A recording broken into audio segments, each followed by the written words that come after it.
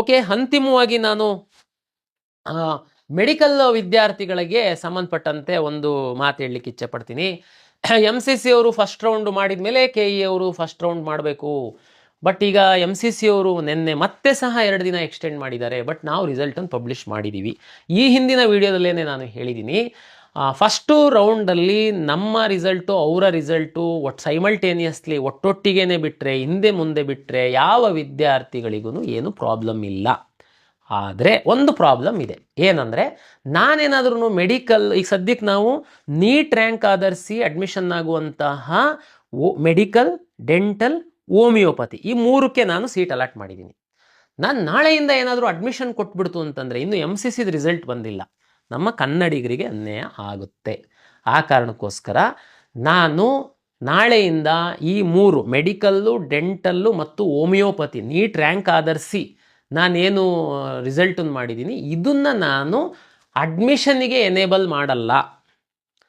ಯಾವಾಗ MCC ಅವ್ರದ್ದು first round real result publish ಆಗುತ್ತೆ, ಅದು ಆದಮೇಲೆ 1 ದಿನ ನಿಮಗೆ ವಿಚಾರ ಮಾಡೋದಕ್ಕೆ ಕೊಟ್ಟು ನಾನು ಇದನ್ನು ಅಡ್ಮಿಷನ್ ಎನೇಬಲ್ ಮಾಡ್ತೀನಿ. ಈಗ ಮೆಡಿಕಲ್, ಡೆಂಟಲ್, ಹೋಮಿಯೋಪತಿ ನೀವು ಸೀಟ್ ಸಿಕ್ಕಿರೋದು ನೋಡ್ಕೊಳ್ಳಿ, ಖುಷಿಯಾಗಿ ಇರಿ, ವಿಚಾರ ಮಾಡ್ತಾ ಇರಿ, ಥಿಂಕ್ ಮಾಡ್ತಾ ಇರಿ. ನಿಮಗೆ ಯಾವುದು ಚಾಯ್ಸನ್ನು ನಾನು ಕೊಡಲ್ಲ. MCC ಅವ್ರ ರಿಸಲ್ಟ್ ಅನೌನ್ಸ್ ಮಾಡಿದ 1 ದಿನದ ನಂತರ ನಿಮಗೆ ಇದನ್ನು ನಾನು ಎನೇಬಲ್ ಮಾಡ್ತೀನಿ. ಅವಾಗ ಮಾತ್ರ ಅಡ್ಮಿಷನ್ ಆಗುವಂಥದ್ದಕ್ಕೆ ಅವಕಾಶ ಇದೆ. ಅಲ್ಲಿ ಸಹ ನಾನು ಒಂದು ಕನ್ನಡಿಗ ವಿದ್ಯಾರ್ಥಿಗಳಿಗೆ ಒಂದು ಕಿವಿ ಮಾತನ್ನು ಹೇಳ್ತೀನಿ. ತಮಗೆಲ್ಲರಿಗೂ ಗೊತ್ತಿದೆ, ಸರ್ಕಾರಿ ಮೆಡಿಕಲ್ ಕಾಲೇಜಲ್ಲಿ 15% ಸೀಟ್ಗಳನ್ನ MCC ಅವರು ಅಲಾಟ್ ಮಾಡ್ತಾರೆ. ನೀವು ಮೆರಿಟೋರಿಯಸ್ ವಿದ್ಯಾರ್ಥಿಗಳೇನಿದ್ದೀರಾ, ನೀವು MCCನಲ್ಲೂ ಪಾರ್ಟಿಸಿಪೇಟ್ ಮಾಡಿದ್ದೀರಾ, ನಮ್ಮಲ್ಲೂ ಪಾರ್ಟಿಸಿಪೇಟ್ ಮಾಡಿದ್ದೀರಾ. ನಿಮಗೆ ನಮ್ಮಲ್ಲೂ ಸೀಟ್ ಸಿಕ್ಕಿದೆ. ಬಹುತೇಕ ನಿಮ್ಮ ರ್ಯಾಂಕ್ ಚೆನ್ನಾಗಿತ್ತು ಅಂತಂದರೆ ನಾಳೆ MCCನಲ್ಲಿ ಸಹ ಸಿಗುತ್ತೆ.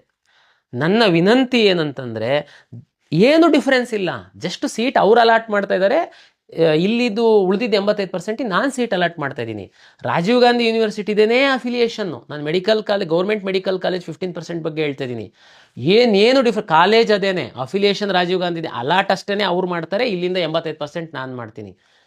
ನೀವು ಯಾರು MCCನಲ್ಲೂ ಸೀಟ್ ಸಿಕ್ಕಿ KEನಲ್ಲೂ ಸೀಟ್ ಸಿಕ್ಕಿರೋ ವಿದ್ಯಾರ್ಥಿಗಳಿಗೆ ವಿನಂತಿ ಏನಂತಂದರೆ, ನೀವು ವಿಚಾರ ಮಾಡಿ MCC ನೀವು ಎಲ್ಲಿ ಬೇಕಾದರೂ ಅಡ್ಮಿಷನ್ ಆಗ್ಬೋದು, ನಾನು ಇಲ್ಲ ಅಂತ ಹೇಳ್ತಾ ಇಲ್ಲ. ಬಟ್ ಆದರೆ ಒಂದು ವಿನಂತಿ ಇದೆ ನನ್ನ ಕಡೆಯಿಂದ, ತಾವು ದಯಮಾಡಿ MCCಯಿಂದ ಅಲಾಟ್ ಆಗಿರೋ ಸೀಟಲ್ಲಿ ಅಡ್ಮಿಷನ್ ಆಗಿ ಎನ್ನುವಂಥದ್ದು ನನ್ನ ವಿನಂತಿ.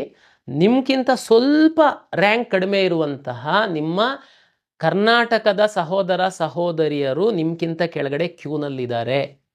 ನೀವು ಒಂದು ವೇಳೆ MCC 15%ಅಲ್ಲಿ ತಾವು ಅಡ್ಮಿಷನ್ ಆದಲ್ಲಿ ನಿಮ್ಮ ಇನ್ನೊಂದು ಸಹೋದರ ಸಹೋದರಿ ಕನ್ನಡಿಗರಿಗೆ ಒಂದು ಅವಕಾಶ ಸಿಗುತ್ತೆ.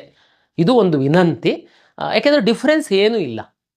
ಹಾಗಾಗಿ ಇದು ತಾವು ವಿಚಾರ ಮಾಡಿ ತೀರ್ಮಾನ ಮಾಡಿ ಅಂತ ಹೇಳ್ತಾ, ಮತ್ತು ಇನ್ನೊಂದು ಮೆಡಿಕಲ್ ಕಾಲೇಜು, ಪ್ರೈವೇಟ್ ಮೆಡಿಕಲ್ ಕಾಲೇಜಲ್ಲಿ ಸರ್ಕಾರಿ ಸೀಟು ಮತ್ತು ಹೈಯರ್ ಫೀಸು ಸೀಟು ತೆಗೆದುಕೊಳ್ಳುವಂತಹ ವಿದ್ಯಾರ್ಥಿಗಳಿಗೆ ಇಲ್ಲಿವರೆಗೆ ಏನು ಮಾಡ್ತಾಯಿದ್ರಿ, ಯಾವುದೇ ಖಾಸಗಿ ಕಾಲೇಜುಗಳಲ್ಲಿ ತಾವು ಸರ್ಕಾರಿ ಸೀಟು ಮತ್ತು ಹೈಯರ್ ಫೀಸು ಸೀಟ್ಗಳನ್ನು ತಾವು ತೆಗೆದುಕೊಂಡಲ್ಲಿ KEಗೆ ಬಂದು ದಾಖಲೆಗಳನ್ನು ಸಬ್ಮಿಟ್ ಮಾಡಿ, ಅಂದರೆ ಚಾಯ್ಸ್ 1 ಹಾಕ್ತಿದ್ರಿ, ದುಡ್ಡು ಕಟ್ತಿದ್ರಿ, KEಗೆ ಬಂದು ಡಾಕ್ಯುಮೆಂಟ್ ಸಬ್ಮಿಟ್ ಮಾಡ್ತಿದ್ರಿ, ನಂತರ ನಾವಿಲ್ಲಿ ಕೊಡುವಂತಹ ಡಾಕ್ಯುಮೆಂಟ್ ಸಬ್ಮಿಟ್ ಮಾಡಿರೋ ಸ್ಲಿಪ್ಪನ್ನು ತಗೊಂಡು ತಿರ್ಗಾ ನೀವು ಕಾಲೇಜಿಗೆ ಹೋಗಿ ಜಾಯಿನ್ ಆಗ್ತಾಯಿದ್ರಿ.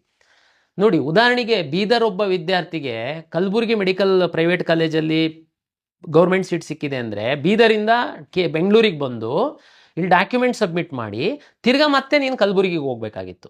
ನಾವಿದನ್ನು ಮಾನ್ಯ ವೈದ್ಯಕೀಯ ಸಚಿವರೊಂದಿಗೆ ಈ ಬಗ್ಗೆ ನಾನು ಮನವರಿಕೆ ಮಾಡಿಕೊಟ್ಟಿದ್ದಾಗ ಅವರು ಸಹ ಒಪ್ಪಿದ್ದಾರೆ. ಈ ಹಿಂದೆ ಇದನ್ನು ಯಾಕೆ ಮಾಡಿದ್ರು ಅಂತಂದರೆ ತಮಗೆಲ್ಲ ಗೊತ್ತಿತ್ತು, ಒಂದಷ್ಟು ಬ್ಲಾಕಿಂಗು ಅದು ಇದು ಎಲ್ಲ ಆಗ್ತಿತ್ತು ಅಂತ. ಬಟ್ ಈಗೆಲ್ಲ ತಮ್ಗೆ ಗೊತ್ತಿದೆ, ನಿಯಮ ಚೇಂಜ್ ಆಗಿದೆ. 1 ಸೀಟ್ ಉಳಿದ್ರೂ ಸಹ ಅದು KEಗೆ ಬರಬೇಕು, KEಯವರು ಅಲಾಟ್ ಮಾಡುವಂಥದ್ದು. ಹಾಗಾಗಿ ಈಗ ಯಾರು ಬ್ಲಾಕು ಅದು ಇದು ಮಾಡುವಂಥದ್ದು ಪ್ರಶ್ನೆನೇ ಇಲ್ಲ. ಹಾಗಾಗಿ ಯಾರಿಗೆ ಪ್ರೈವೇಟ್ ಕಾಲೇಜಲ್ಲಿ ಗೌರ್ಮೆಂಟ್ ಸೀಟ್ ಸಿಕ್ಕಿದೆ ಮತ್ತು ಹೈಯರ್ ಫೀಸಿನ ಸೀಟ್ ಸಿಕ್ಕಿರುವಂಥವರು ಈ ಬಾರಿ ತಾವು ಕಷ್ಟಪಟ್ಟು KEಗೆ ಬಂದು ದಾಖಲೆಯನ್ನು ಸಬ್ಮಿಟ್ ಮಾಡಿ ಕಾಲೇಜಿಗೆ ಹೋಗುವಂತಹ ಅಗತ್ಯ ಇಲ್ಲ. ತಾವು ಚಾಯ್ಸ್ 1 ಹಾಕಿ ದುಡ್ಡು ಕಟ್ಟಿ ನೇರವಾಗಿ ಕಾಲೇಜಿಗೆ ಹೋಗಿ ಅಲ್ಲಿ ಮೂಲ ದಾಖಲೆಗಳನ್ನು ಕೊಟ್ಟು ಅಡ್ಮಿಷನ್ ಮಾಡಿಕೊಳ್ಳುವಂತಹ ಒಂದು ವ್ಯವಸ್ಥೆಯನ್ನು ನಾವು ಈ ಬಾರಿ ಮಾಡಿದ್ದೀವಿ. ಇದು ತಮಗೆ ಒಂದು ಅನುಕೂಲ ಆಗುತ್ತೆ ಅಂತ ನಾನು ಭಾವಿಸಿದ್ದೀನಿ.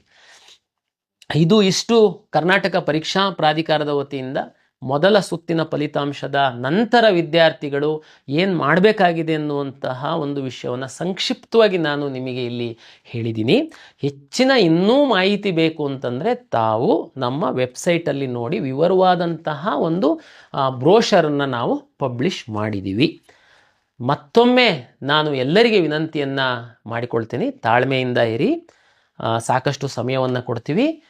ಪೇರೆಂಟ್ಸ್ ಜೊತೆ ವಿದ್ಯಾರ್ಥಿಗಳು ವಿಚಾರ ಮಾಡಿ ಈ ಚಾಯ್ಸ್ ಹಾಕುವಂತಹ ಕೆಲಸವನ್ನು ಮಾಡಿ ಅಂಥೇಳಿ ಎಲ್ಲರಲ್ಲಿ ವಿನಂತಿಯನ್ನು ಮಾಡಿಕೊಳ್ತಾ, ಕರ್ನಾಟಕ ಪರೀಕ್ಷಾ ಪ್ರಾಧಿಕಾರದ ವತಿಯಿಂದ ಈಗ ಏನು ಮೊದಲ ಸುತ್ತಿನಲ್ಲಿ ತಮ್ಮ ಇಚ್ಛೆಯಂತೆ ಸೀಟು ಪಡೆದಿರುವಂತಹ ಎಲ್ಲ ವಿದ್ಯಾರ್ಥಿಗಳಿಗೆ ಒಂದು ಶುಭವನ್ನು ಕೋರ್ತಾ ಮತ್ತೊಮ್ಮೆ ತಮಗೆಲ್ಲರಿಗೂ ಪ್ರಾಧಿಕಾರದ ವತಿಯಿಂದ ನಮಸ್ಕಾರಗಳು.